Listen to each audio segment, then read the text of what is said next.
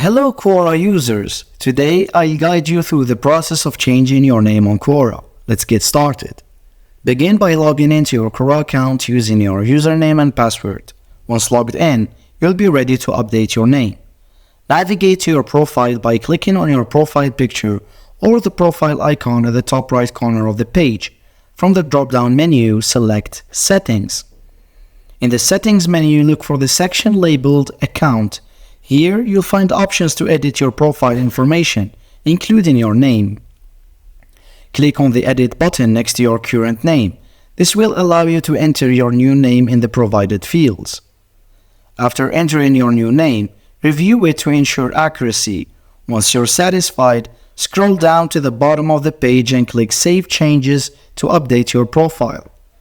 Quora may ask you to confirm your password before saving the changes to your name. Simply enter your password when prompted and click Confirm or Save. In some cases, Quora may require you to verify your new name by sending a confirmation email or SMS. Follow the instructions provided to complete the verification process. And that's it. You've successfully changed your name on Quora. Your updated name will now be displayed on your profile and in your contributions on the platform. Thanks for sharing, and don't forget to subscribe.